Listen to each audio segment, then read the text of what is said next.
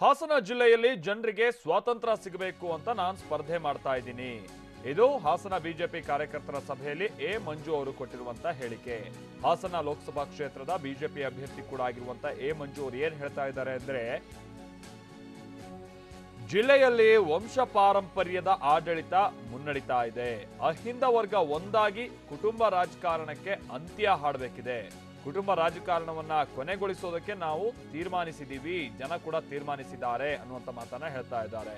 ಇಲ್ಲಿ ಇನ್ನೊಂದು ವಿಚಾರ ಹೇಳ್ತಾ ಇದ್ದಾರೆ, HDD ಪ್ರಧಾನಿಯಾಗಿದ್ರು, ಮಗ ಕುಮಾರಸ್ವಾಮಿ ಸಿಎಂ ಆಗಿದ್ದಾರೆ, ಮತ್ತೋರ್ವ ಮಗ HD ರೇವಣ್ಣ ಸಚಿವರಾಗಿದ್ದಾರೆ. ಆದ್ರೂ ಅವರಿಗೆ ಜಿಲ್ಲೆಗೆ ಕನಿಷ್ಠ ನೀರು ಕೊಡೋದಕ್ಕೂ ಕೂಡ ಆಗ್ಲಿಲ್ಲ. ಅಧಿಕಾರ ಶಾಶ್ವತ ಅಲ್ಲ, ಅಧಿಕಾರ ಸಿಕ್ಕಾಗ ಕೆಲಸ ಮಾಡಬೇಕು. ಹಾಸನ ಬಿಜೆಪಿ ಕಾರ್ಯಕರ್ತರ ಸಭೆಯಲ್ಲಿ ಎ ಮಂಜು ಈ ಹೇಳಿಕೆಯನ್ನ ಕೊಟ್ಟಿದ್ದಾರೆ. ಅಂತಂದ್ರೆ ಒಂದು ಕುಟುಂಬಕ್ಕೆ ಆಗಬಾರ್ದು ಅಂತೇಳಿ ಇವತ್ತು ನಾವು ಕಾಂಗ್ರೆಸ್ ಪಕ್ಷದಲ್ಲಿ ನಾನು ಎರಡನೇ ಸಿದ್ದರಾಮಯ್ಯ ಹತ್ರ ನಾನೇ ಮೊದಲನೇ ಆದ್ರೂ ನಿರ್ಧಾರ ಯಾಕೆ ತಗೊಂಡು ಅಂದ್ರೆ ಜಿಲ್ಲೆಯಲ್ಲಿ ಜನರಿಗೆ ಸ್ವಾತಂತ್ರ್ಯ ಸಿಗಬೇಕು, ಎಲ್ಲರೂ ಕೂಡ ಅವಕಾಶ ಸಿಗಬೇಕು, ಅಧಿಕಾರ ಸಿಗಬೇಕು ಅನ್ನೋ ದೃಷ್ಟಿನಲ್ಲಿ ನಾನು ನಿರ್ಧಾರ ತಗೊಂಡು ಇವತ್ತು ಬಿಜೆಪಿ ಅಭ್ಯರ್ಥಿಯಾಗಿ ಇವತ್ತು ಕಣಕ್ಕಿಳಿದು.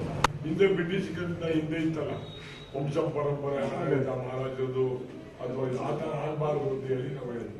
ಈ ಪಾರ್ಟಿಗೆ ಓಟ್ ಹಾಕಬೇಕು, ನರೇಂದ್ರ ಮೋದಿ ಅವರನ್ನು ಬಲಪಡಿಸಬೇಕು, ಈ ಜಿಲ್ಲೆಯಲ್ಲಿ ಕುಟುಂಬದ ರಾಜಕಾರಣವನ್ನು ದೂರ ಮಾಡಬೇಕು, ಓಟ್ ಹಾಕ್ಬೇಕು ಅಂತ ಜನ ತೀರ್ಮಾನ ಮಾಡಿದ್ರೆ ಅದಕ್ಕೆ ನೀವು ಮುಖಂಡತ್ವ ವಹಿಸ್ಬೇಕಂತೆ.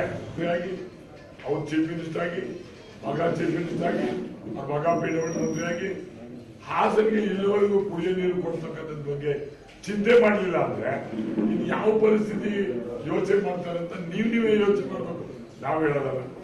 ರಾಜಕಾರಣ ಅಂತ ಅಂದ್ರೆ ಒಂದು ಕುಟುಂಬಕ್ಕೆ ಆಗಬಾರ್ದು ಅಂತೇಳಿ ಇವತ್ತು